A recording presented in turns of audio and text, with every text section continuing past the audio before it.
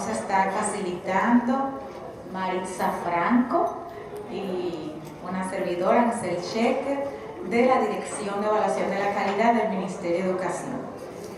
Queremos, además de dar la bienvenida, agradecerles que estén aquí. Yo estoy sorprendida de todos los que están aquí, no solo porque llegaron en un día, ¿verdad?, lluvioso como este. ¿Quiénes vienen del interior? Un buen grupito. Y darle la bienvenida no solo a ustedes que están aquí presencial, sino también a los que están conectados por las redes y Zoom.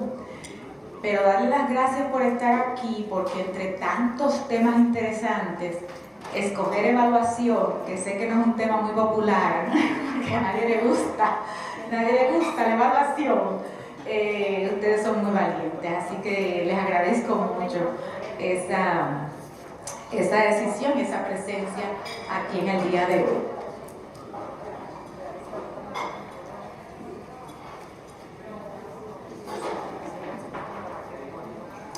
Bueno, ¿cuál es el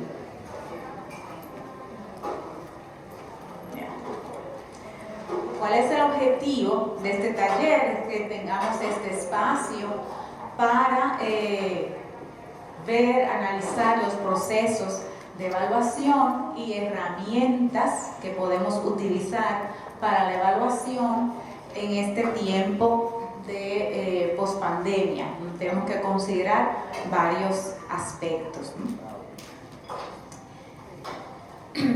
De manera específica vamos a estar viendo un poco cuál es este contexto de pospandemia.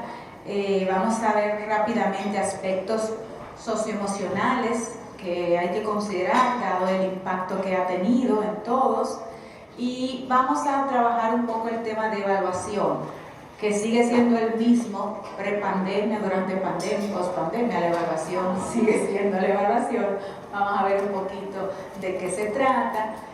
Toda esta evaluación desde el aula y desde el enfoque formativo, evaluación de competencias, de acuerdo al currículum y algunos instrumentos que vamos a estar trabajando con ustedes. Vamos a estar trabajando evaluación del aula.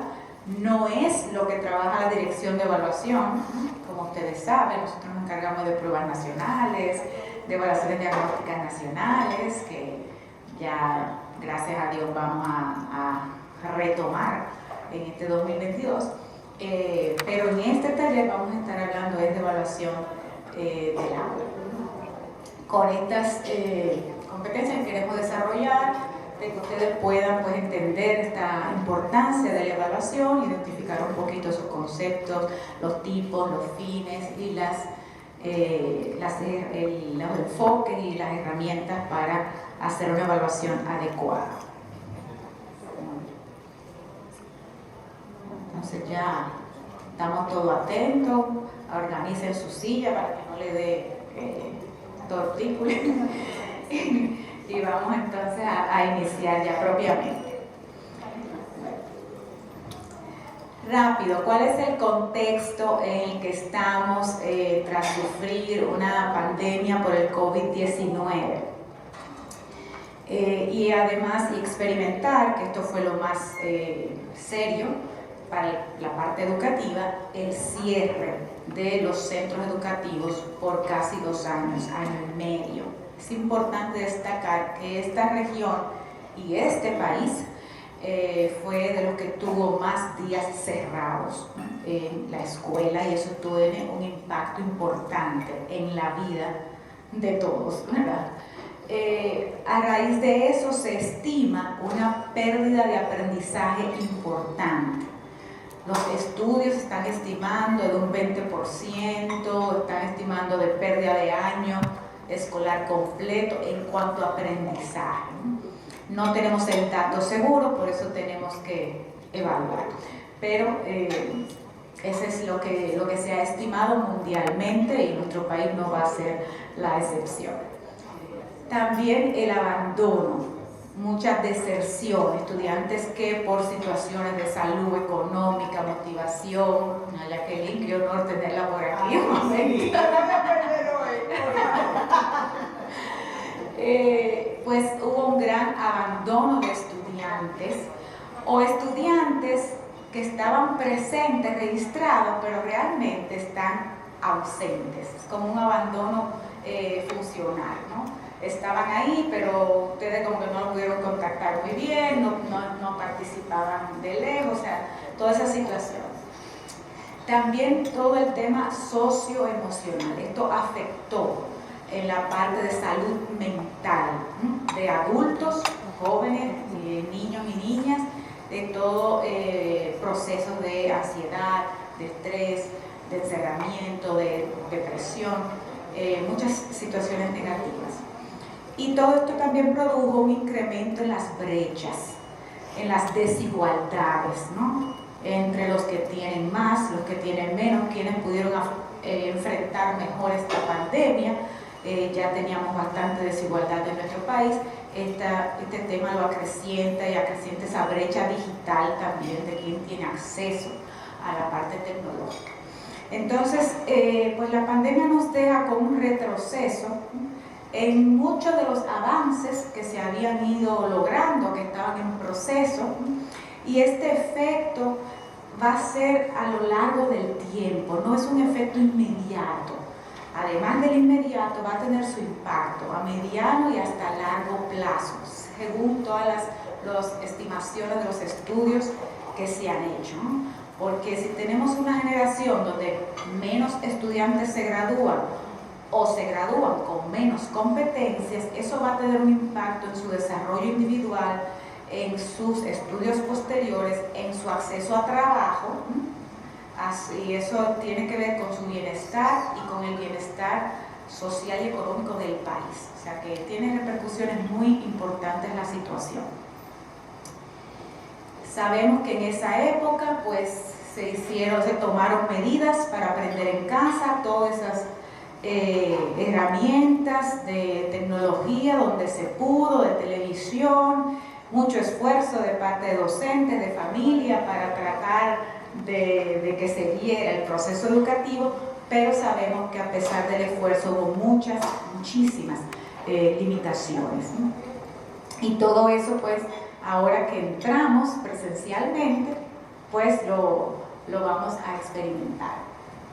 Entonces, quienes tienen celulares aquí, yo les voy a pedir que lo saquen, que los que tienen data paquetico se conecten y entren ahí a www.menti.com y le va a pedir ese código y ahí él les pregunta, según tu experiencia, valora cómo llegaron tus estudiantes al inicio de este año escolar en relación a sus aprendizajes. Y hay tres opciones. A, llegaron con más lagunas y deficiencias que en años anteriores, realmente llegaron igual que en años anteriores, porque ustedes saben que siempre en periodo de vacación hay una pérdida, eso siempre pasa, ¿no?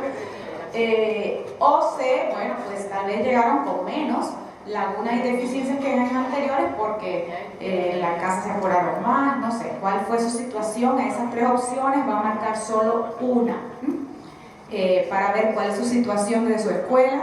Háganlo los que están aquí, los que están también en las redes, para ver cuál es su opinión de cómo llegaron los estudiantes. Vamos entonces a ver si tú sales de la presentación, vas a Mentimeter, tienes que salir de la presentación e ir a la página. ¿Le diste a presentar? Sí, perdón.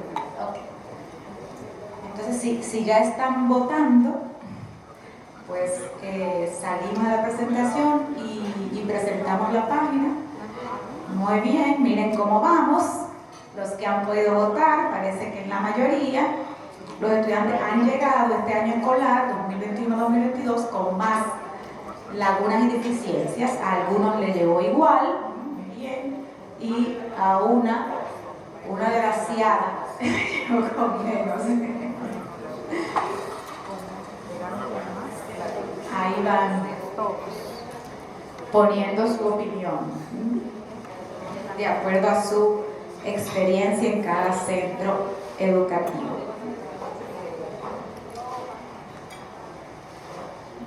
Bueno, sé que siguen votando, pero como ustedes pueden ver, la mayoría dice que los estudiantes después de este año y medio han llegado con más lagunas, deficiencias a su aula. Entonces, es sobre esta realidad que vamos a tener que trabajar la mayoría, ¿verdad?, de los que estamos aquí en el sistema educativo. Vamos a volver a la presentación por razones de tiempo. Entonces, ¿cuál ha sido justamente ese efecto de la pandemia en el tema de evaluación, en este proceso de retornar a clase? Ha sido difícil evaluar, fue muy difícil evaluar durante esa educación a distancia, porque no estábamos ahí viendo a los estudiantes, y por ende nos falta información. Nos falta información desde el sistema y nos falta información a ustedes de realmente cómo estaban los estudiantes. Y ahora que han retornado, y que han retornado también con varias dificultades durante el año escolar, pues se da esa situación.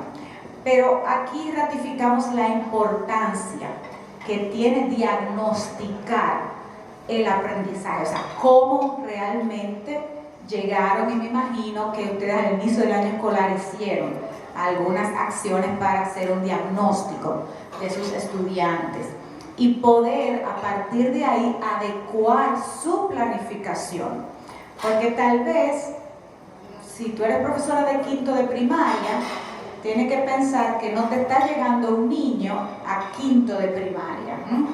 Te está llegando un niño probablemente con un nivel de tercero de primaria o de segundo, me dicen ahí, porque esa es la realidad de la diversidad que nos encontramos en ese sentido. Ahí requerimos también mayor involucramiento de la familia, pero tampoco le podemos pedir a la familia que haga una serie de cosas que no están en las condiciones o capacidades de hacer, aunque sí es muy importante el apoyo de la familia. Vimos seguramente la necesidad de reforzar aprendizajes, de nivelar, por esto de que nos encontramos con niños con un bajo nivel de entrada, y de entender que estamos ante un desempeño heterogéneo, o sea, muy diverso. Tenemos niños aquí, en diferentes lugares, y por eso es importante el diagnóstico personal de cada estudiante. Aquí también fundamental lo que es la priorización de lo básico. El currículum, tal cual, está con todos los conceptos, procedimientos, actitudes, competencias, etc. Nosotros tenemos que aterrizarlo a la realidad del contexto y priorizar e identificar qué es lo básico. Eso parece muy simple, pero no es tan simple decidir qué es lo básico. O sea, eso exige un gran conocimiento profesional del docente. ¿Y qué es lo prioritario o lo necesario para poder continuar el aprendizaje? Ustedes saben que si le llegó un niño en quinto que no sabe leer, ese es lo prioritario. Porque tenemos esos casos que enseñar a leer para poder avanzar con lo demás. Si tengo un niño que todavía no aprendió a sumar llevando, yo no sé si hay un término más correcto, lo que pasa es que yo no soy del área de matemática, pues no puedo empezar, no puedo seguir con la división, con otra, o sea, tengo que ver en qué nivel, en qué punto está ese estudiante, y probablemente esos estudiantes están en diversos puntos. Entonces ahí la complejidad de la tarea. Y también tenemos que considerar cómo llega ese estudiante emocionalmente al aula. ¿Qué le pasó? Porque pudo perder familiares, pudo tener un efecto el encerramiento, o simplemente el perder la rutina, que creo que de eso se habló en este congreso bastante. O sea, cuando un niño pierde su rutina, retomarla no es tan fácil, ¿verdad? Ustedes seguro lo han visto. Entonces, voy a ir rápidamente a ver el tema socioemocional y luego allá ir delante con lo de la evaluación. Es un hecho que la pandemia incrementó las situaciones de salud mental, no solo de nuestros estudiantes, también de los adultos, las familias, los profesores, los directores, coordinadores, todos. Entonces, y es importante que entendamos que en nuestro rol docente no solo tenemos que velar y garantizar que los niños y niñas aprendan, ese es nuestro principal objetivo y misión, pero tenemos que garantizar su bienestar. O sea, cómo es una educación integral. Entonces, solamente voy a sugerir, porque aquí se ha dado muchas charlas y talleres de este tema y hay otros que están abordando este tema, pero solamente vamos a sugerir algunas ideas. Voy a pedirle de nuevo que entren a menti.com y ese es el código, y vamos a ver esta pregunta. En este año escolar, ¿cómo has percibido a la mayoría de tus estudiantes en el aspecto socioemocional?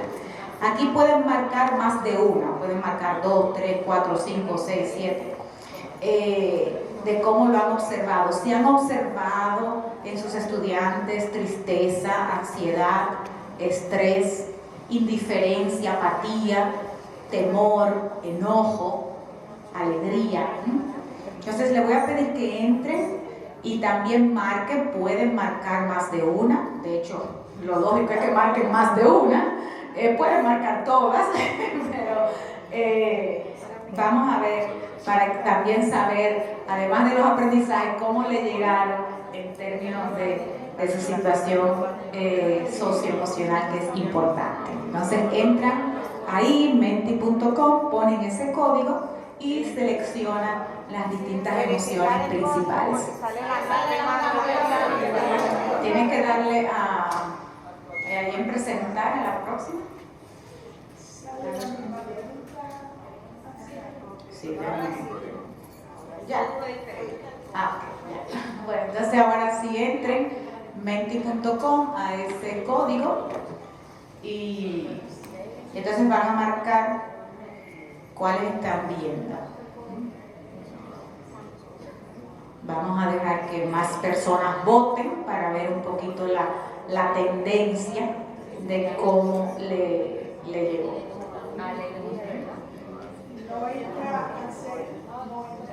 ¿No le entró? Entró ahora, vamos a ver.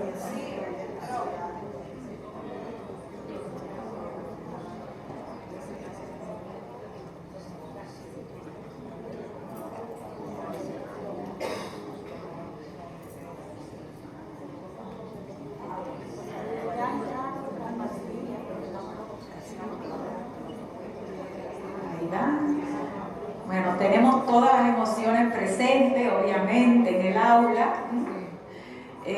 Voy a destacar algunas.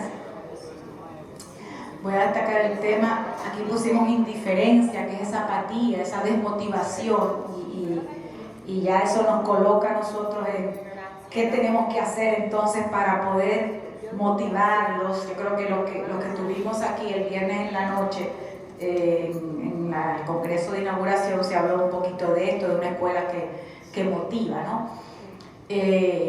La ansiedad, miren, eso ha pasado a todo el mundo, esa ansiedad por la incertidumbre de qué va a pasar, muy alta. Muy bien que también esté la alegría, porque muchos niños están felices de volver. Yo lo vi, o sea, vi como algunos corrían cuando fue ese primer día, y vi también, que me produjo un gran placer, a muchas maestras felices también de recibir a esos niños así en carne y hueso y en persona. Pero tenemos, como dije, mucha ansiedad, indiferencia, estrés, temor, muchos niños que le ha dado miedo, que se han quedado aislados, enojo también, cuando no se entiende esta situación y todo me irrita, y la alegría, tristeza. O sea, tenemos todo esto, y esto es una información que debemos manejar para el diseño de nuestra planificación, porque se evalúa lo que se planifica, o sea, lo que se hace. Entonces, para nuestra planificación tenemos que tener esto en cuenta de cómo lo vamos a motivar y apoyar. Vamos entonces a volver a la presentación.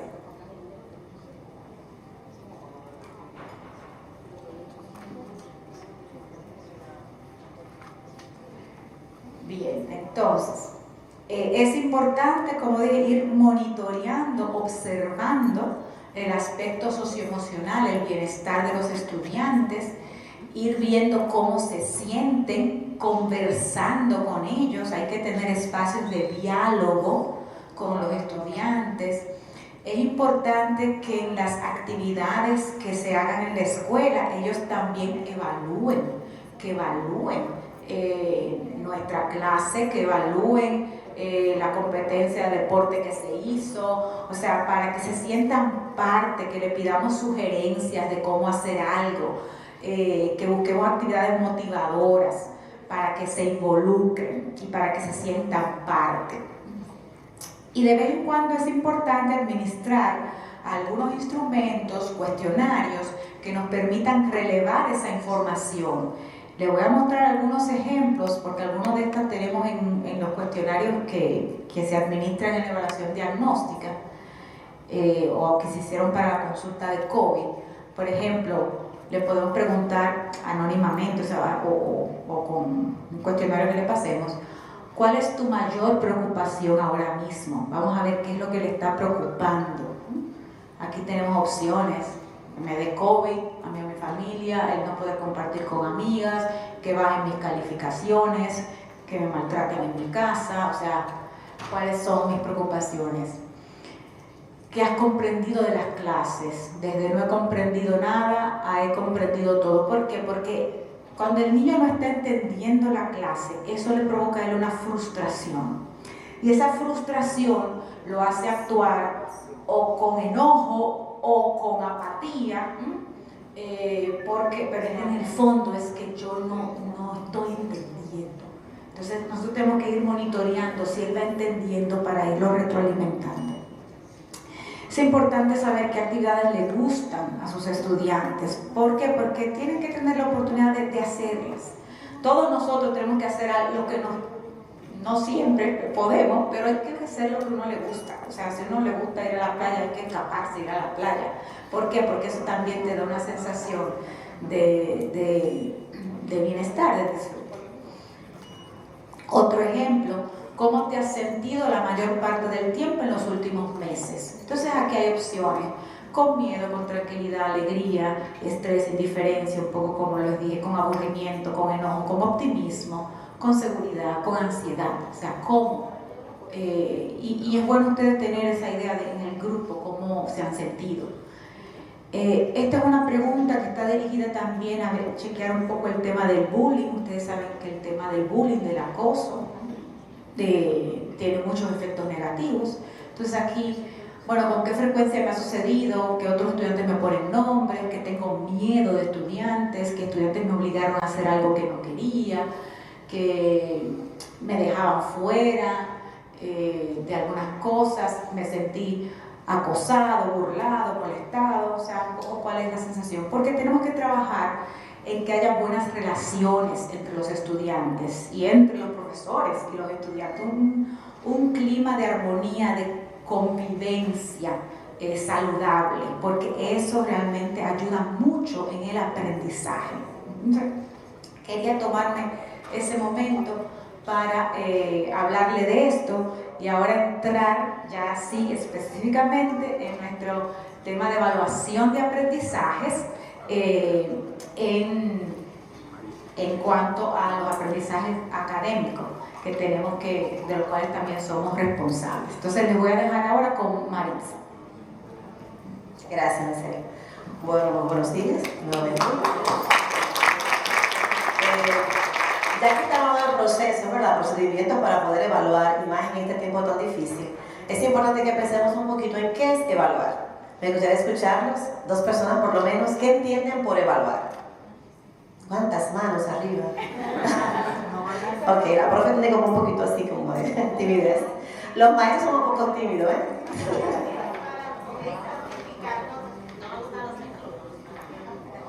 Que no se oye. Cuantificar los conocimientos de los estudiantes. ¿La profe que atrás? Sería más o menos un proceso que nos permite medir en qué cantidad se ha... Voy a repetir. Es un proceso, podemos decir que es sistemático, que nos permite medir en cierta cantidad qué cantidad se ha logrado los objetivos que nos hemos propuesto para así eficientizar, ¿verdad? Lo que sea que estemos haciendo. Excelente. Bueno, yo dije dos, yo sé que los profes nos motivamos mucho, ¿verdad? Es para sumar el tiempo, vamos a dar chances, y la maestra y luego el profe, un caballero que se animó también. Bien, buenos días. Evaluar es valorar. Como les decía la colega, es sistemática, es continua. Evaluar es valorar el trabajo que hace una persona, o en el caso de nosotros, nuestros estudiantes. Excelente, gracias, profe. Y como tengo el tema cerca, maestro. Para mí, evaluar es pasar balance, para saber qué hemos hecho de lo que hemos planificado y qué nos falta. Muchísimas gracias. Y te leo una del chat de las personas Gracias. que dicen que evaluar es valorar los procesos. Gracias, Esther. Así mismo. Bueno, pues déjenme decirles que ustedes no están distantes, están conscientes, ¿no? De que evaluar tiene una importancia, digamos que capital. Por esa razón, acá el Centro de Altos Estudios Universitarios define la evaluación como un proceso sistémico y sistemático, bien ustedes, ¿verdad?, lo estaban diciendo, donde podemos ver de manera muy clara la información que se puede, ¿verdad?, arrojar a través de la evaluación que hacemos. Y fíjense que no se queda solamente ahí, nos habla de algo muy importante, ¿hacer qué? Juicios acerca de esa evaluación que hemos realizado.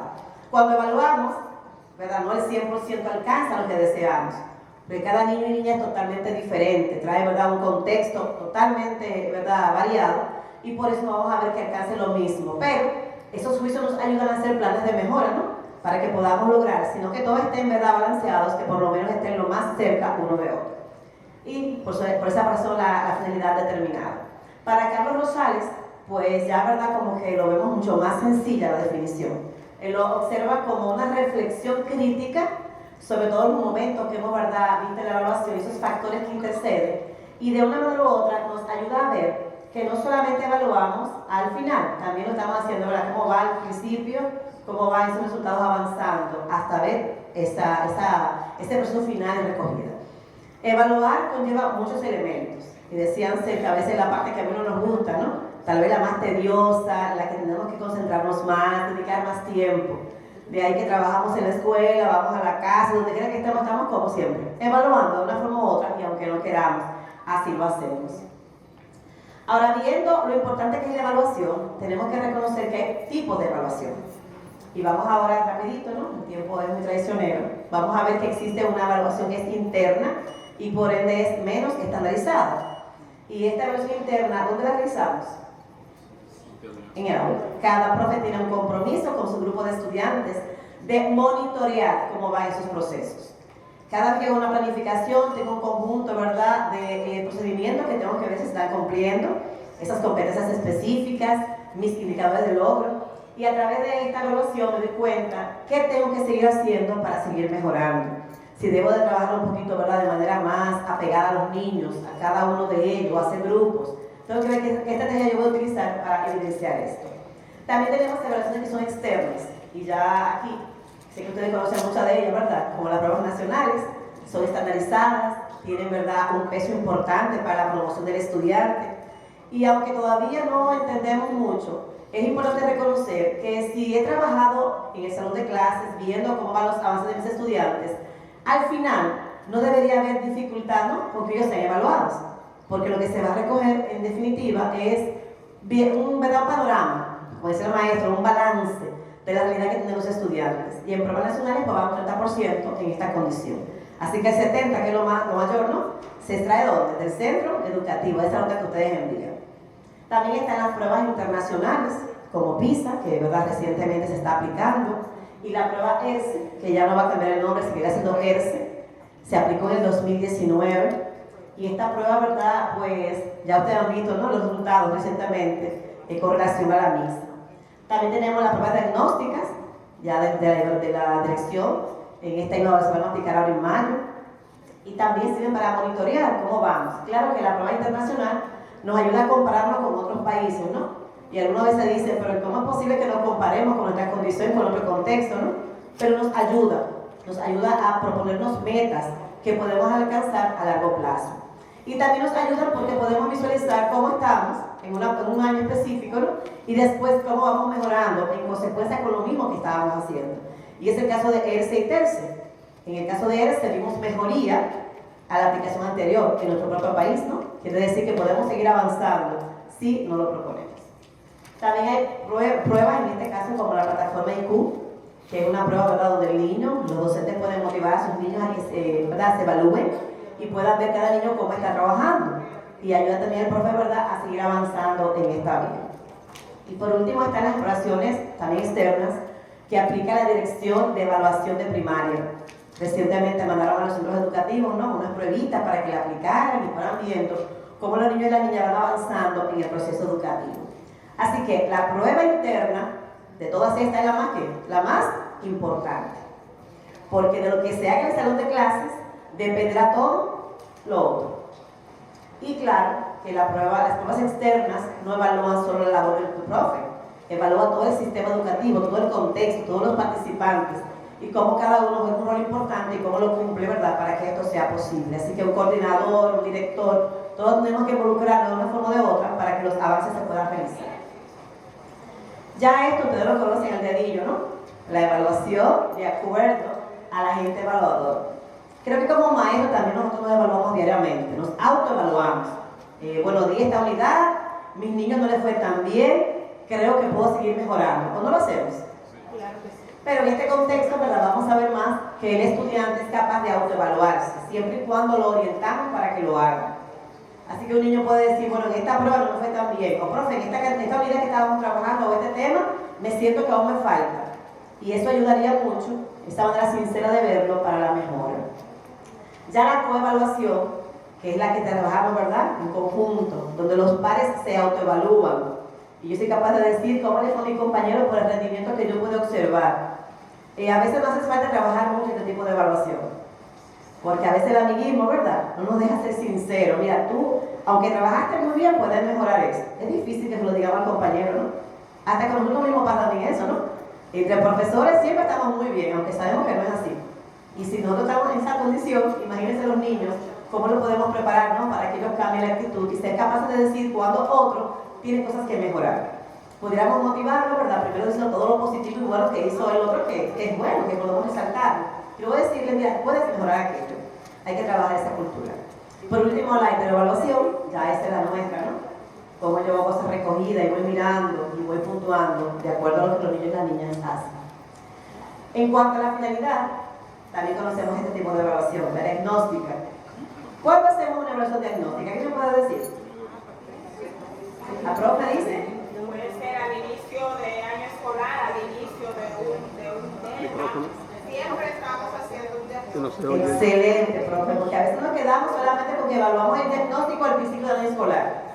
Y está bien que lo hagamos, ¿verdad?, porque debemos considerar qué mis niños traen del curso anterior, para que hacemos un panorama, ¿no? No es para recriminarlo ni mucho menos, simplemente para que mi planificación sea clara y yo pueda ver, bueno, vinieron muy bien, vamos a seguir trabajando lo del grado. O hay cosas que tienen que seguir mejorando, debo incluirlas en mi planificación para que lo sigamos mejorando.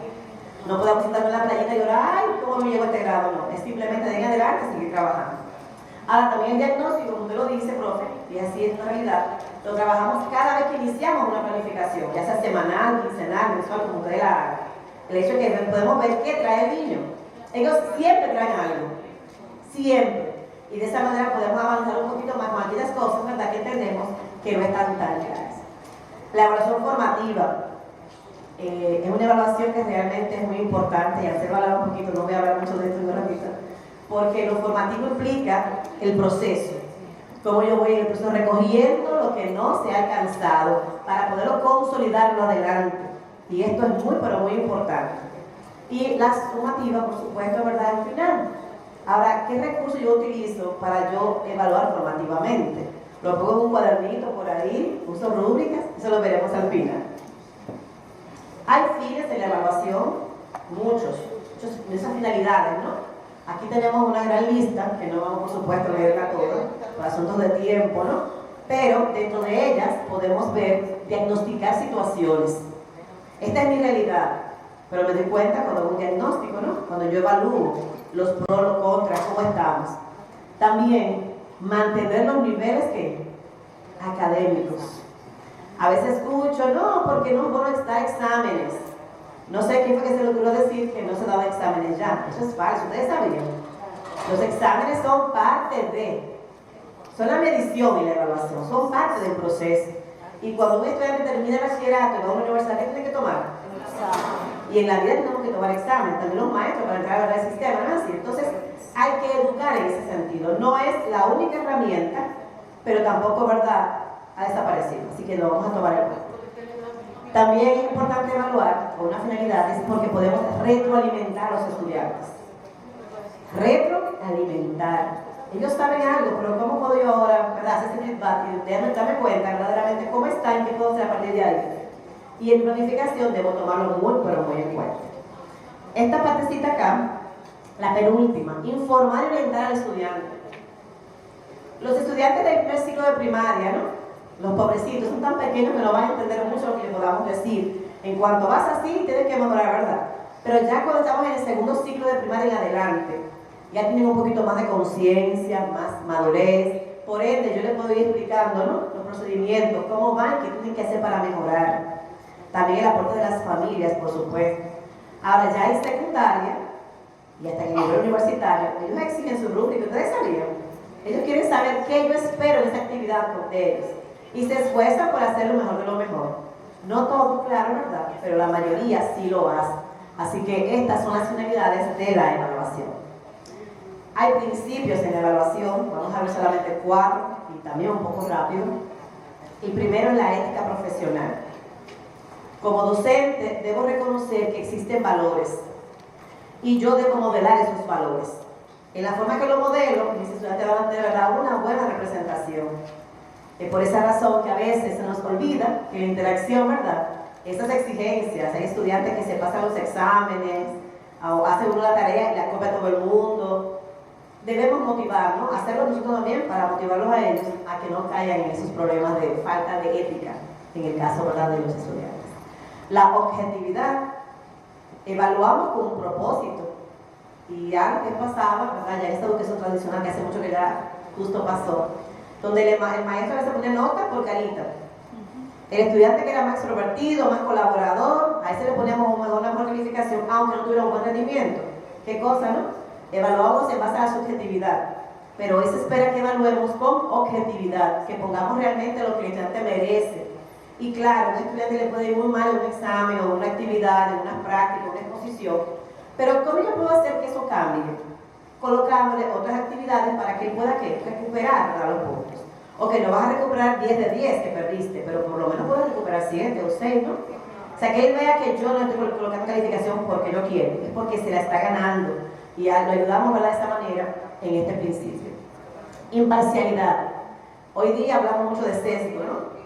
Y a veces los profes nos equivocamos, cometemos errores, porque ponemos, ¿verdad?, ciertamente son un poquito injustos. Y es importante que evaluemos a cada niño independientemente de su religión, de su estrato social, de su color. Cada uno merece el mismo trato, el mismo trato. Y en esta parte la imparcialidad, ¿verdad?, lo podemos ver. Por último, ya que justamente a mí me encantó el eslogan de este congreso, ¿verdad?, transformar ¿desde dónde? Desde el corazón. Lo más, ¿verdad?, lo más profundo. Y uno diría, bueno, el corazón tiene que ver con la parte subjetiva, pero es como la parte, ¿verdad?, de yo apreciar a esa persona que está frente de mí y que lo adelante, ¿no? Se va a sentir muy bien o muy frustrada de acuerdo a cómo yo trabajo. Así que un niño en salón de clases, pues yo no debo presentar esos resultados en público. Mira, te fue muy mal, toma. Eso lo maltrata mucho. Los resultados tienen que darse, ¿verdad?, de manera que individual. Y ese trato individual ayuda a que el estudiante aumente su autoestima, porque a veces, como manejamos la situación, hacemos que el estudiante se bloquee y en vez de avanzar, ¿verdad?, que se quede lamentablemente muy letargo. Así que esperamos que esto no siga pasando. Ahora le dejamos un avance.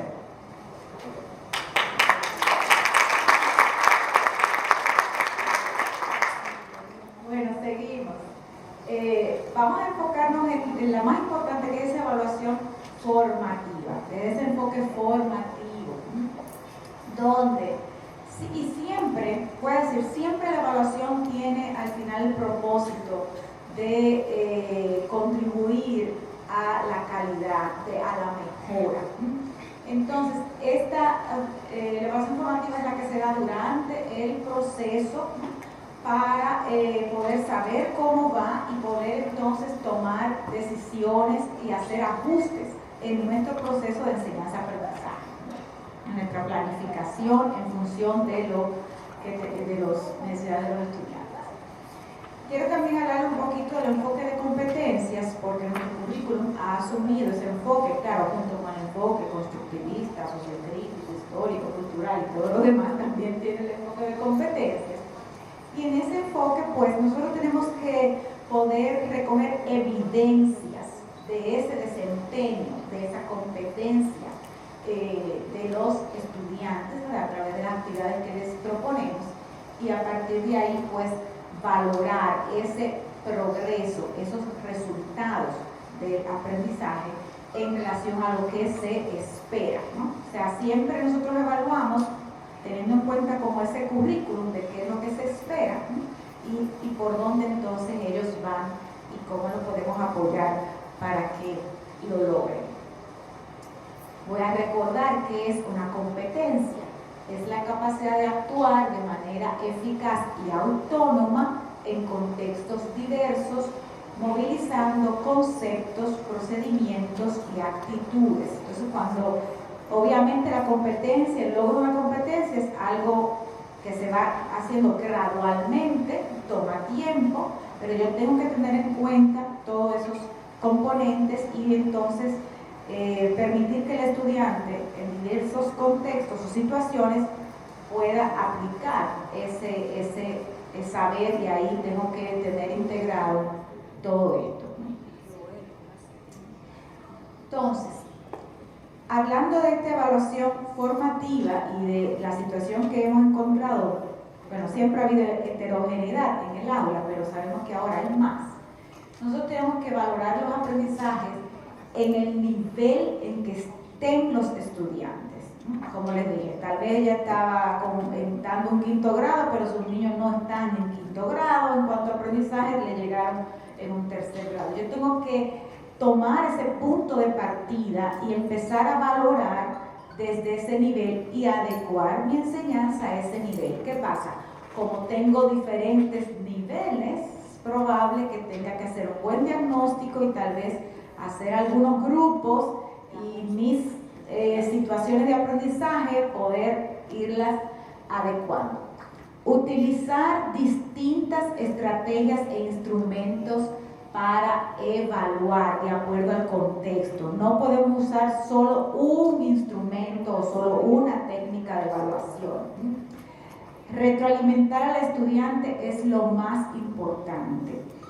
A veces el estudiante sabe que, no me fue bien, o saqué un 50, o sea, pero ¿cuál es el fallo? ¿Qué es lo que no está haciendo bien? Nosotros tenemos que mostrarle cómo puede mejorar, o a veces le decimos, tú tienes que mejorar, pero eso es tan amplio, ¿no?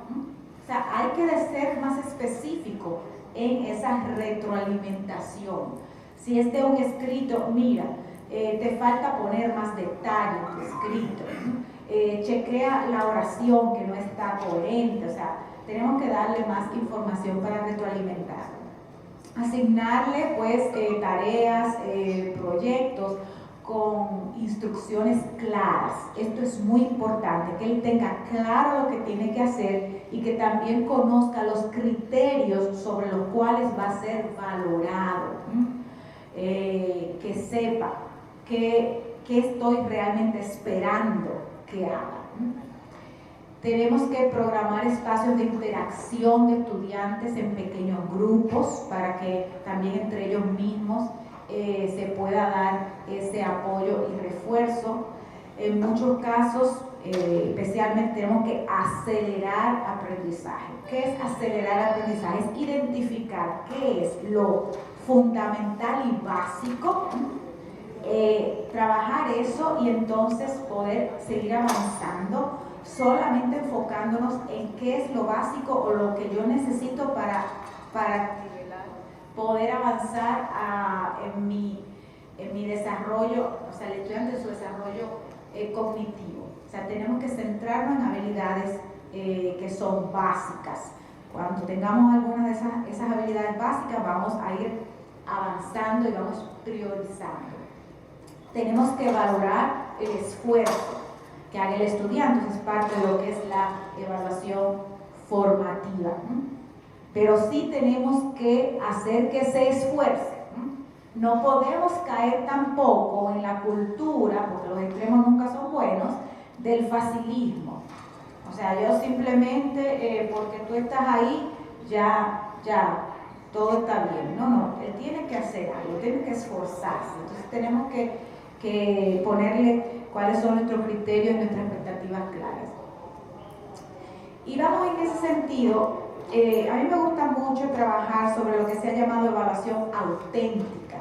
La evaluación auténtica tiene que ver con que las situaciones que nosotros ponemos de evaluación son lo más parecidas al contexto de la vida educativa. Entonces, tienen que partir de una situación realista, plausible, si no exacta de la vida, pero por lo menos plausible, una situación que sea relevante, que sea un desafío, planteen a veces situaciones de evaluación como un reto al estudiante, como un desafío.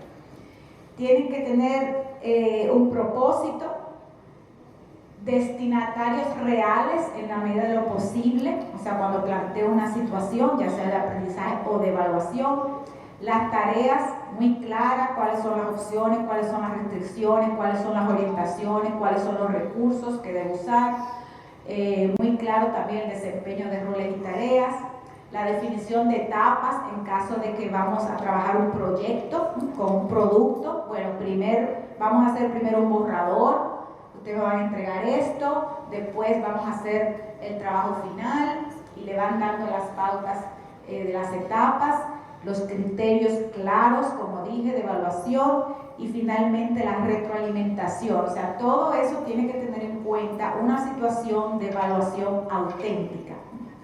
Les voy a poner un ejemplo para que la podamos ver. Esto es una actividad de ciencias naturales, donde estamos trabajando este tema del colesterol, por ejemplo. Una evaluación típica sería preguntarle al estudiante, dime qué es el colesterol, qué diferencia hay entre el colesterol que llamamos bueno y malo, qué consecuencias tiene para la salud, qué hábitos contribuyen a evitar el colesterol malo. Esa es una actividad, tú le das esa pregunta, ya sea o la investiga, o la dice, o la hace un examen, o lleva un cuestionario. Es una actividad típica de evaluación, no estoy diciendo que está mal, pero lo que estoy proponiendo es cómo podemos hacer eso con una evaluación auténtica. Entonces, le presentamos una situación, le damos a cada estudiante un texto breve sobre las enfermedades cardiovasculares, ¿no?, del corazón, que son muy frecuentes. Y le decimos, en el marco del Día Nacional de Lucha contra las Enfermedades Cardiovasculares, cosa que existe, porque aquí hay un día para todo, ustedes tienen que escuchar eso, ¿no? Se realizan jornadas de prevención y solicitan que se haga un boletín informativo para entregar a las personas. Entonces, ¿cuál es la tarea? Vamos a hacer un boletín informativo en esta clase de ciencias que va a servir para evaluar tu conocimiento. Le tengo que dar las pautas claras. Ese boletín tiene que tener un máximo de 4 páginas. O sea, no es como hagan un boletín. No, tenemos que enseñarle. Un máximo de 4 páginas, hasta le podemos decir hasta el tipo de letra. Tenemos que darle las pautas. Tienen que elaborar un eslogan atractivo, ¿verdad? Un lema, una frase.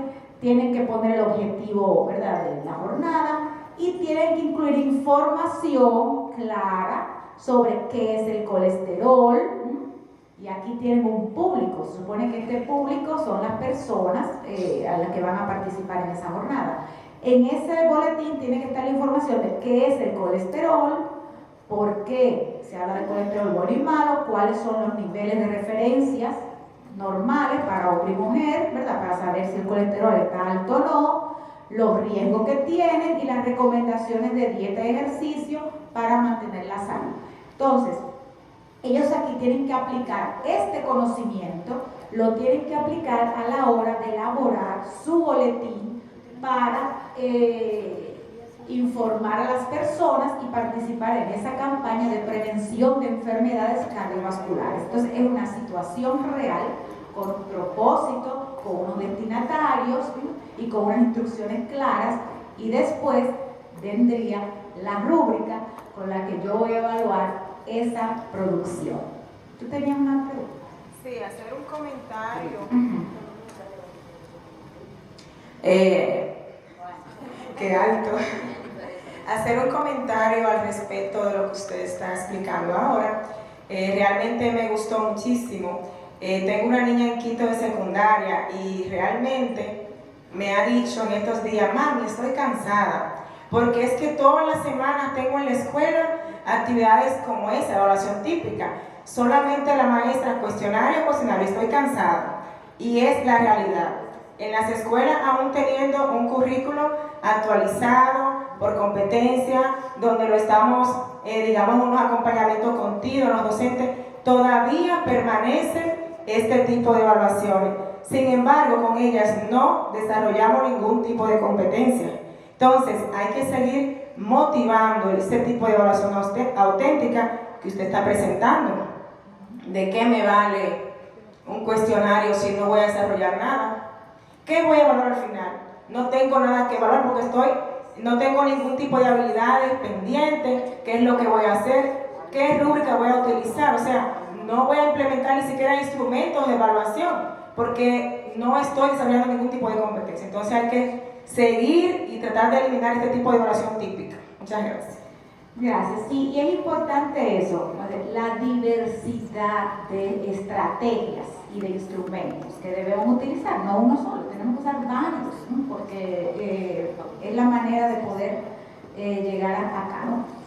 Entonces, ¿qué tenemos que hacer? Y la evaluación es parte del proceso de enseñanza-aprendizaje, no es una cosa distinta, es parte. Así es en el aula. Entonces, nosotros tenemos que primero planificar, ejecutar y evaluar. Y eso es un círculo constante, ¿no? Entonces, tenemos que diseñar la situación de aprendizaje que oriente, ¿verdad?, el proceso que vamos a llevar a cabo, identificar nuestras competencias fundamentales, identificar las áreas curriculares. Es ideal si podemos hacer actividades que se integren varias áreas curriculares, pero no siempre es posible.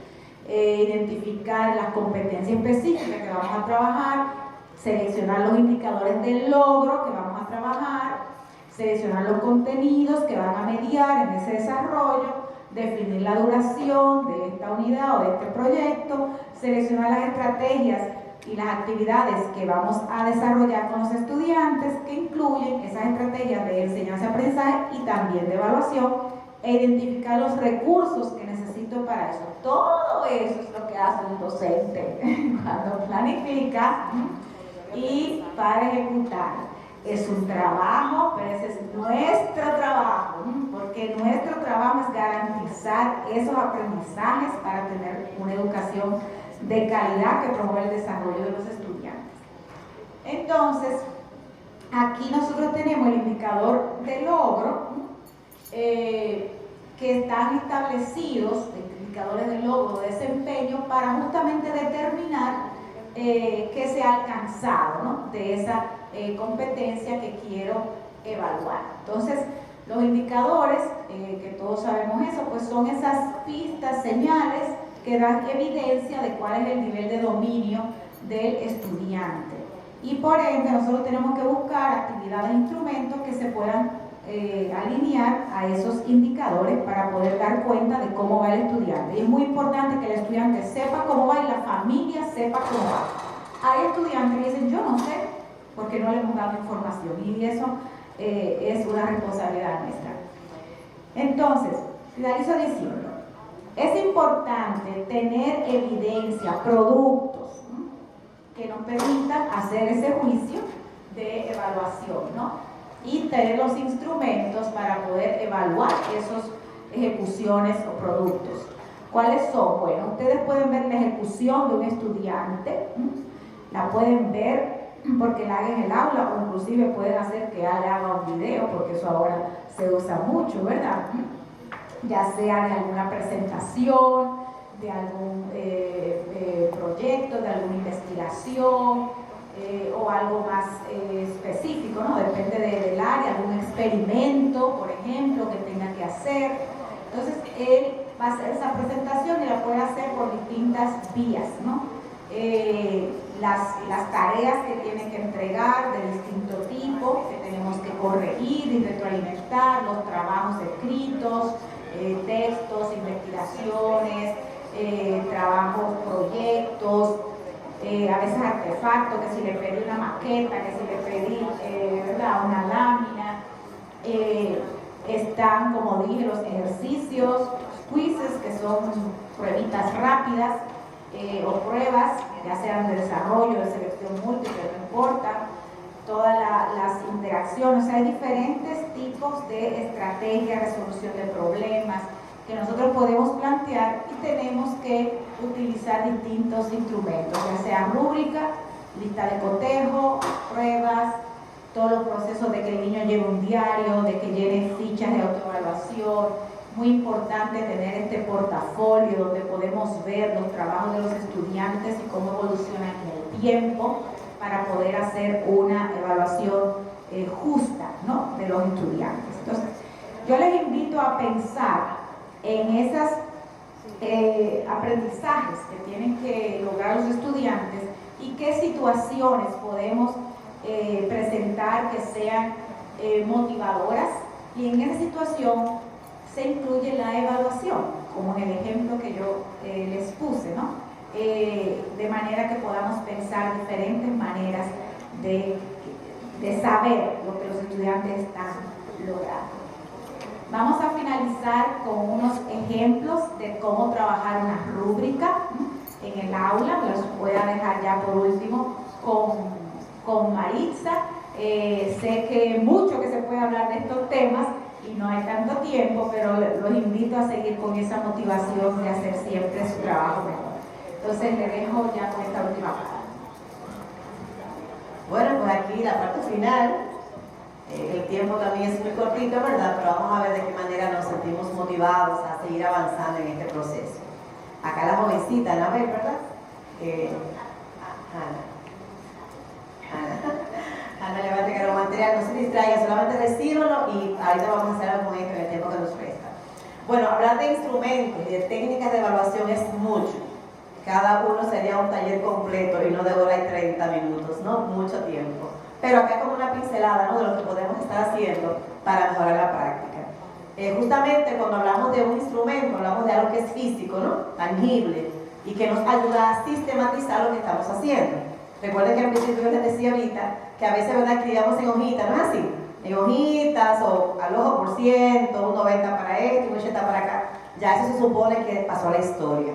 Y digo se supone, ¿verdad? Porque hay cosas que no la puedo evidenciar, pero a veces por las referencias pareciera que en algunos casos tenemos que seguir avanzando. Y repito lo del lema, transformar ¿de dónde? Desde el corazón. Que entendamos que la práctica educativa puede mejorar cuando todos contribuimos, ¿no?, con esta parte. No solamente es teoría, es que lo practiquemos y lo podamos vivir. Así que vamos solamente a hablar de dos instrumentos, por asunto justamente del tiempo, la rúbrica y la lista del cotejo. Una verdad es más compleja que la otra, pero ambas son muy interesantes y muy buenas al momento de evaluar. Una rúbrica, como ustedes ven, no es más que un instrumento que nos permite, ¿verdad?, establecer cómo están los estudiantes. Y para esto, pues, fijamos criterios o dominios o indicadores, como usted quiera llamarlo, establecemos una guía de esos desempeños y ponemos una valoración. Entonces, en base a esto, pues, digamos que la rúbrica de trabajo es del maestro. O sea, usted tiene ahí, ¿verdad?, que pensar en cada uno de esos valores que usted va a considerar en los estudiantes. Como también el área o el tema, ¿verdad?, que usted va a evaluar. Lo interesante es que lo hacemos una vez y ya podemos, para seguirlas reusando, ¿no? No da trabajo al primer intento, pero después bien fácil. Bueno, hay rúbricas que son holísticas y otras que son analíticas. Cuando es una rúbrica analítica, pues vamos de manera específica a ver tanto lo que es el peso como la escala. O sea, como que yo ponga 1, es logrado, 2, parcialmente logrado, 3, no lo logró. Puedo también utilizar los términos, por supuesto. Ahora, cuando yo uso una rúbrica de manera, ¿verdad?, holística, solamente tomo en cuenta los aspectos cualitativos, logrado, no logrado, etc. Como les menciono, usted puede establecer en una rúbrica los criterios. A veces establecemos dominios, criterios y también los indicadores, va a depender, ¿verdad?, de su creatividad, del uso de aprendizaje. Acá, por ejemplo, esta tiene que ver básicamente con una investigación, y así que ponemos 4 criterios que tienen que ver con la parte investigativa, como lo que es la investigación como sí, el dominio, ¿verdad?, de lo que está buscando, la investigación que hace, el rigor de lo que buscó, el manejo de la información y la aplicación. Acá podemos ver que aparte de los criterios que establecemos, que repito, va a depender de la asignatura y el trabajo que usted va a realizar, pues también están los valores, ¿verdad?, de esa escala. Puedo tomar en cuenta 3, 2, 1 o 5, 3, 1. Recuerden que siempre estos valores, acá en la parte máxima, ¿no?, al ser sumados, supone que la puntuación, ¿verdad?, que usted tiene como tope. Si yo tengo, por ejemplo, que mi evaluación de mi trabajo es 12 puntos, entonces yo tengo que fijarme, ¿verdad?, que tengo 4 renglones y que cada uno es un número de 3. 3 por 4, 12. O sea, que no es que yo me puse 15 y en la rúbrica aparece un 12 o un 10. Y los 5 que faltan es que la profe lo va a poner de manera subjetiva. No, no debería ser, ¿no? Tienen que encontrar muy bien esta situación. Y por último, y no menos importante, es la parte donde tenemos que razonar más. Es la parte de la guía de desempeño, que es donde yo establezco, ¿no?, acá abajo. Yo establezco en cada uno de sus niveles, si es 5, en cada uno de sus criterios, que yo espero. Lo máximo, ¿no? Si es ya en el 3, que era lo que estaba acá arriba, pues también yo voy mirando qué elementos no cumplió del criterio anterior, ¿no?, o de la evaluación anterior. Y por último, por supuesto, pongo acá los elementos que yo entiendo que el estudiante no alcanzó para llegar a nota máxima. Esto lo vamos a ver como ejemplo práctico. Aquí verán que aparte de lo señalado anteriormente, hay también unos subcriterios. Hay criterios a veces que yo entiendo que tienen un peso menor.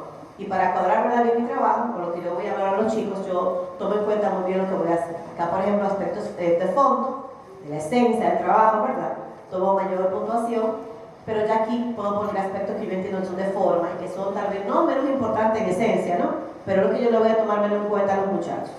Entonces, cada uno de esos criterios, a su vez, en la valoración tendrá, por supuesto, una nota mínima. Si yo veo que trabajo en esta rúbrica, me doy cuenta que el total de valoración, ¿cuánto es? Total, 14 puntos, dijeron por ahí. Esa es la calificación máxima si fuera a trabajar ¿verdad?, esta rúbrica. Acá tengo 3 por 4 criterios, son 12, y aquí tengo 2 criterios más, cada uno máximo 1, son 14 en total. Claro, un estudiante puede tener, ¿verdad?, digamos, en el rigor de investigación un 3, pero en el rigor es posible que vaya a un 2. Por esa razón yo debo ir calculando, ¿no? Y de ahí digamos, la ejecución fuerte de la rúbrica. Tengo que dedicar tiempo, pero lo que yo evalúo realmente es muy objetivo y muy razonable, ¿no? Y a la hora que un estudiante o un padre quiera saber por qué mi valoración, yo tengo ahí la justificación y no tengo que estar inventando nada, porque es bastante objetivo.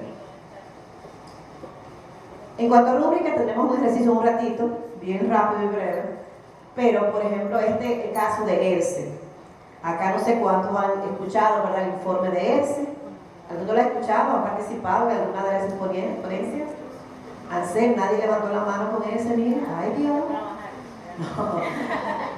Bueno, hay muchas facilitaciones que se han dado, ¿verdad?, muchos seminarios, es importante, y en la web también están los enlaces de los informes de ERCE. Yo les invito a que lo lean, a que puedan, ¿verdad?, también ver la presentación, porque esto nos ayuda a entender qué se espera de los estudiantes en una prueba internacional como la de la prueba ERCE. Y no solamente por la prueba como tal, es el beneficio de cómo yo puedo trabajar con los niños para que alcancen competencias que no inviten ellos la de nadie, ¿no?, sino que estamos trabajando correctamente. Cabe mencionarles que la prueba ERCE lo que evalúa es la parte, ¿verdad?, de la producción escrita, en este caso. Producción escrita, aunque también se trabaja, ¿verdad?, lo que es los tipos de preguntas cerradas. Por ejemplo, en esta prueba de ERCE del 2019 se le puso a los chicos 2 consignas. En cada una de ellas se le pedía algo diferente. En esta primera, que no voy a leer, reitero, por asunto de tiempo, le pedía que escribiera una carta, le presentaba un contexto y le pide que escriba una carta, específicamente una carta usando un lenguaje formal, ¿verdad? Porque se dirige a una autoridad y está la encomienda de lo que tienen que hacer, pedir, ¿verdad?, autorización para cerrar una calle con buenos motivos. En esta otra parte aquí, la segunda consigna, porque eran dos cuadernillos en este caso, le piden elaborar lo que era un texto expositivo, un artículo expositivo, donde ellos van a decir o van a describir un animalito. En este caso también entraba de lleno lo que era la creatividad, porque era un animalito inexistente, o sea, no existía, era él que lo iba a crear en base a lo que estaba observando. Apenas puedo presentarles aquí ahora lo que eran los dominios y los indicadores de cada dominio de la prueba ERS, que repito, ya se seguirá llamando así, pero cada vez que se aplica es una consulta diferente de los textos que se supone que trabajamos en el grado. Dominio discursivo, ahí se toma en cuenta lo que es el propósito, lo que le va a aprender el estudiante, la adecuación de lo que escribió, el género, carta, por ejemplo, si usted le pide una carta y usted escribe, ¿verdad?, un texto narrativo, ya usted pasó de ¿verdad?, una consigna a otra. También está lo que es el registro, que tiene que ver con el vocabulario utilizado, el texto como tal, el vocabulario utilizado, la coherencia, concordancia, cohesión, y en la parte, ¿verdad?, de la ortografía, pues piden la ortografía inicial, normal ortografía y la puntuación. Son muchos elementos y repito, es bastante interesante ver cómo usted en una actividad que pareciera muy sencilla puede evaluar mucho en el niño y la niña y hace cuenta de qué manera el niño está avanzando lo que usted le ha pedido. Aquí es un ejemplo de, ¿verdad?, un posible ejemplo de lo que los niños pudieron haber hecho en esta prueba. No sé si alguien quisiera leerlo. ¿Alguien se motiva a leerlo rapidito? ¿No lo ven bien? Dicen algunos. Acá adelante la compañera. Era lo mismo, para la que tú entiendas más. Dice: querido alcalde, le escribo esta carta junto a mi barrio para que nos autorice cerrar la calle para hacer una actividad deportiva, casi no se lee. Ya le avisamos, ya le habíamos consultado.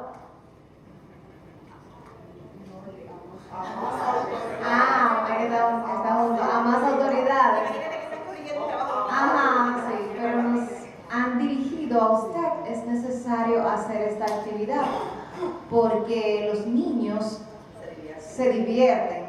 Sin más que decir, esperamos su respuesta. Se despide atentamente Stephanie. No sé si alguno se retrató, ¿verdad?, a leer esto, en lo que posiblemente sus niños escriban. Esto es de sexto, imagínense la de tercero, ¿no? Ahí nos divertimos mucho corrigiendo, eso es bien interesante, o bien codificando. Pero ahí ustedes pueden observar todos los elementos, ¿verdad?, de la rúbrica anterior que les presentaba, o sea, más bien de los elementos, dominio y los indicadores. Es mucho lo que se le pide, es una prueba de escritura, pero cuando trabajamos de esta manera, de manera, ¿verdad?, constante, cuando se le solicita al niño que haga, ¿verdad?, o que responda a una consigna como esta, pues lo hará mucho mejor. Ahora bien, esta es la rúbrica con la que se evalúa la actividad anterior. Miren cuántos elementos. Acá vemos lo que pueden ver, ¿no?, que están los dominios, 3 dominios los mencionados, vemos los indicadores, que pueden ser indicadores o criterios, lo mismo en este caso. Vemos los valores, ¿no? En este caso, esa rúbrica, ¿cómo sería? Analítica, estamos solamente viendo los números 1, 2, 3, 4. Como verán, los colores en azul quiere decir que el estudiante, y al lado está la descripción, alcanzó en la actividad anterior estos indicadores. Acá vemos que en el indicador concordancia hay errores, ¿no? Por esa razón, en vez del nivel 4, en el nivel 3.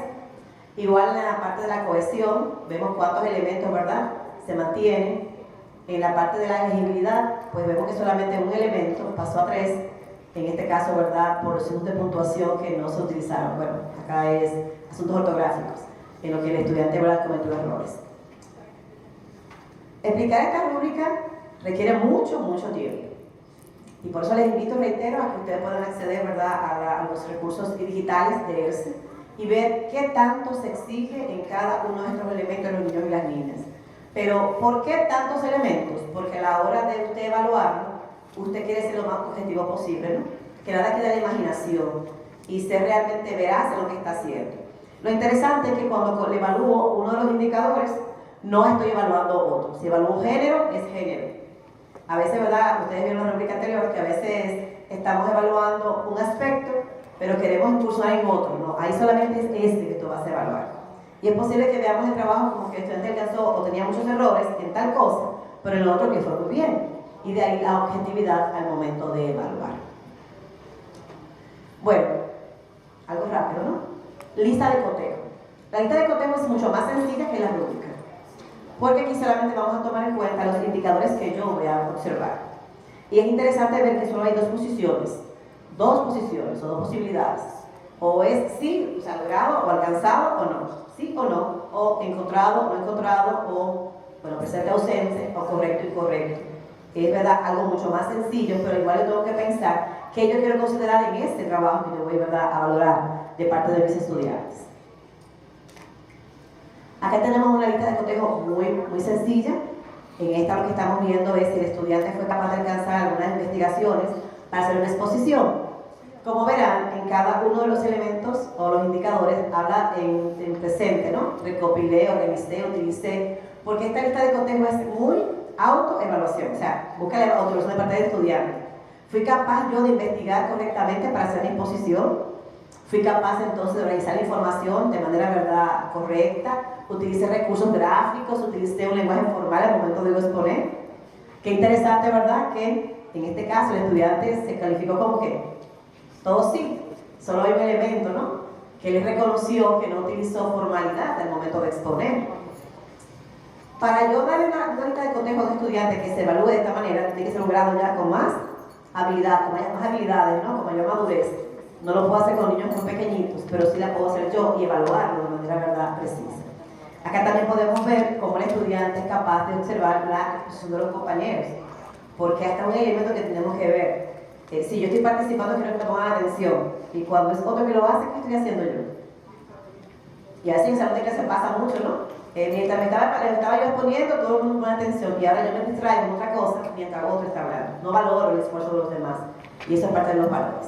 Y al final, en esta lista de cotejo, ustedes pueden ver cómo le puede pedir al estudiante que en su evaluación observe o que escriba 3 ideas, ¿no?, de cosas que podrían mejorar en la próxima actividad, ¿verdad?, o la próxima exposición que realice.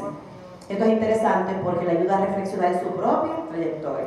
Fíjense que en la parte de la exposición a los compañeros o los pares, tuvo que poner, ¿verdad?, en varios momentos que no lo consideró.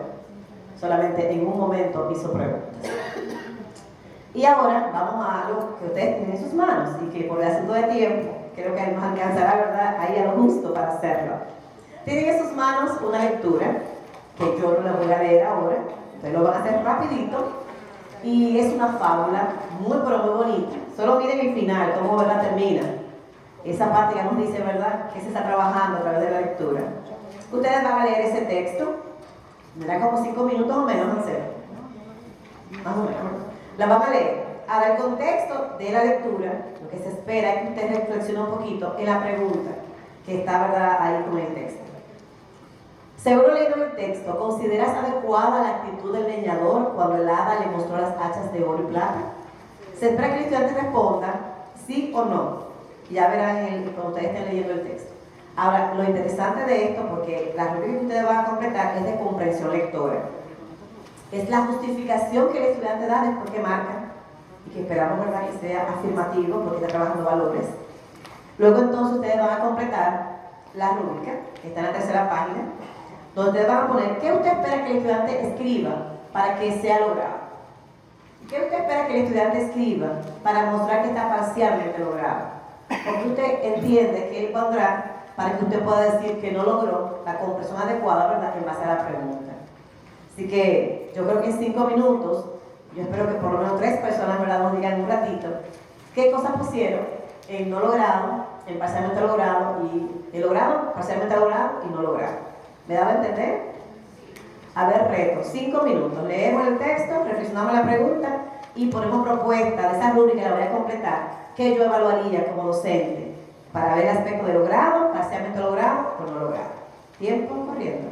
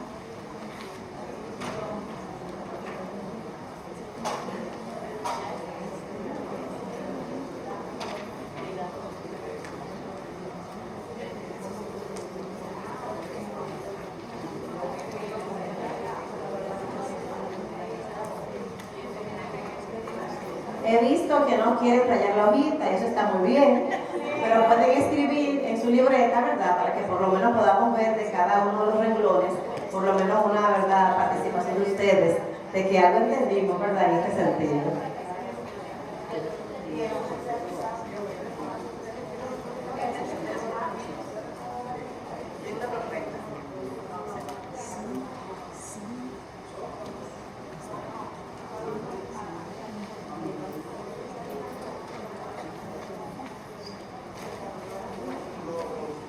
Bueno, por razón de tiempo tenemos, ¿verdad?, que seguir avanzando.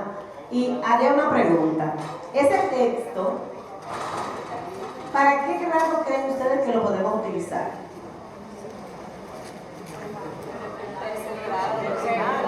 Primaria. Tercer grado, dice la profe. Ustedes saben que tenemos una realidad lectora, ¿verdad?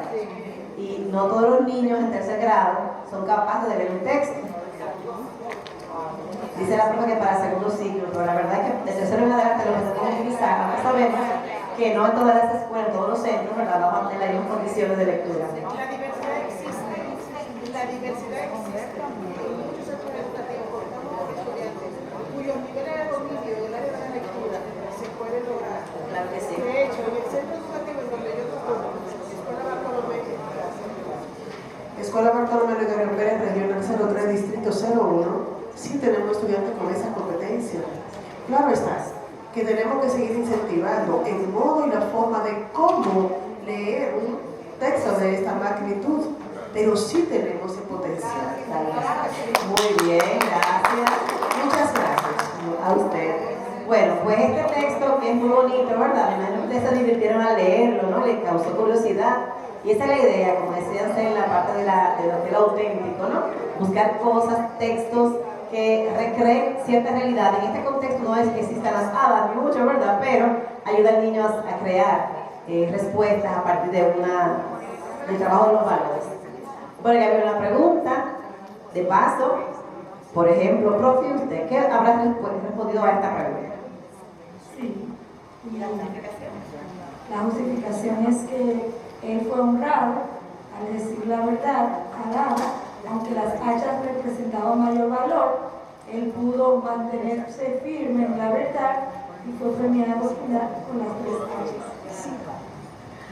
Muy bien, claro, la profe respondió como adulta, ¿verdad? Muchas especificaciones, los niños eran como más directos. Pero, ajá. Me gustaría agregar que, aunque el texto está diseñado para niños de mayor nivel, ya, de otros grados, yo soy maestra de nivel inicial y que bien se podría adaptar a trabajar los valores en el inicial.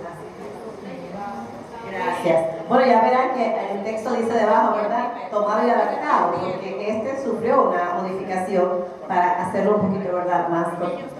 Bueno.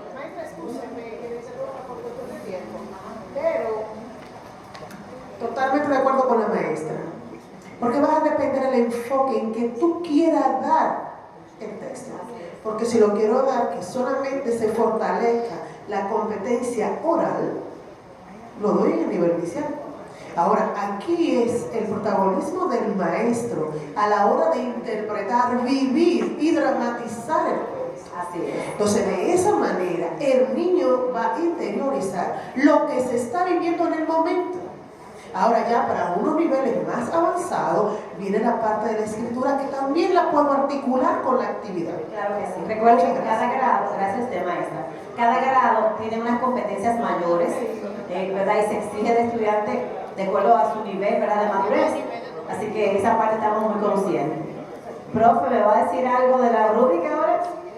Le voy a decir que con relación a este texto, también en el nivel inicial puede integrar todas las competencias basadas en el juego. Usando el texto, compadre. Así es, claro. Y depende de su creatividad, repito, ¿no? Y de lo que se espera que logremos a través de él. Bueno, pues por asunto de tiempo tenemos que avanzar. Y yo quiero ver ahora que ustedes pusieron por lo menos en cada renglón, antes de mostrarles, ¿verdad?, una propuesta. La profe ya, por favor. Díganos, ¿puede ser la parte lograda? Ok. Desea que le explique la parte lograda. O sea que tú pusiste para tú reconocer a través de esa rúbrica que el niño logró lo que tú esperabas. Le puedo explicar las 3 como pude haberlo hecho. Solo una para 3 participaciones, ya que se nos está cerrando el tiempo. Vamos a tomar como referencia la respuesta que dio la maestra, que estaba completamente logrado, a mi entender. Ya que, por ejemplo, la pregunta donde dice que si lo considera adecuado, ya dijo que sí. Y también respondió con claridad la respuesta. Entonces, en la parte número 1 de la pregunta, respondió el sí o no de la parte literal desde el texto. Y ya en la respuesta 2, ya la joven también expresó, o sea, comprendió el texto, tanto literal, inferencial y esa parte crítica en esa respuesta que dijo. Entonces, yo colocaría en el nivel 3 de logrado que comprende completamente el texto, tanto literal como inferencial, haciendo juicios de valor. Bueno, de paso cabe mencionarles que cuando estamos trabajando en la parte de una rúbrica y evaluando la comprensión lectora, ahí el nivel no es literal ni inferencial, ahí es crítico. Porque el niño, a partir de una información, tiene que relacionar su realidad con lo que leyó para poder responder. No sé si les dije, ¿verdad? Aquí eran posibles respuestas en cada uno de los niveles. Esto ayudaba un poquito, ¿verdad? Con lo que era enfatizar esa parte. Pero usted está mencionando que para alcanzar el nivel 3 se esperaba que tuviera una buena comprensión lectora, ¿no? Y ya hay detalles que también pudiéramos mencionar. Profe. De mi parte, trabajo en el nivel secundario y si utilizaría sería en una charla o dentro de mi clase.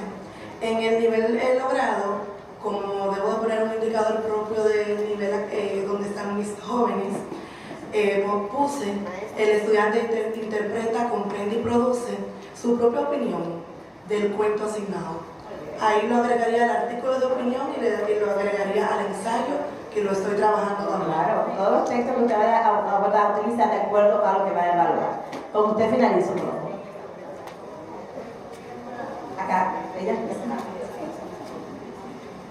Con respecto a las posibles respuestas, puse lo siguiente: el logrado analiza y comprende la lectura y es capaz de interpretar lo que se le pide y llevarlo a otros contextos si se quisiera. Parcialmente logrado analiza la lectura y comprende, pero no es capaz de expresar lo que se le pide, porque solamente se limita a poner sí o dejarlo vacío o poner solamente una característica del eliminador. Y en la tercera, no logrado, no analiza ni comprende la lectura. Muy bien. Fíjense que cada uno responde de forma diferente, ¿verdad? Pero somos coherentes con lo que estamos viendo. Acá les presento lo que podría ser. Y ya aquí lamentablemente terminamos, ¿no? En la parte de logrado, el estudiante responde a la pregunta de forma afirmativa, o sea, tiene que seleccionar el sí, porque estamos trabajando un valor, ¿verdad? Y muestra así una buena comprensión de lo ocurrido, como ustedes decían, y luego justifica haciendo referencia al valor de la honestidad.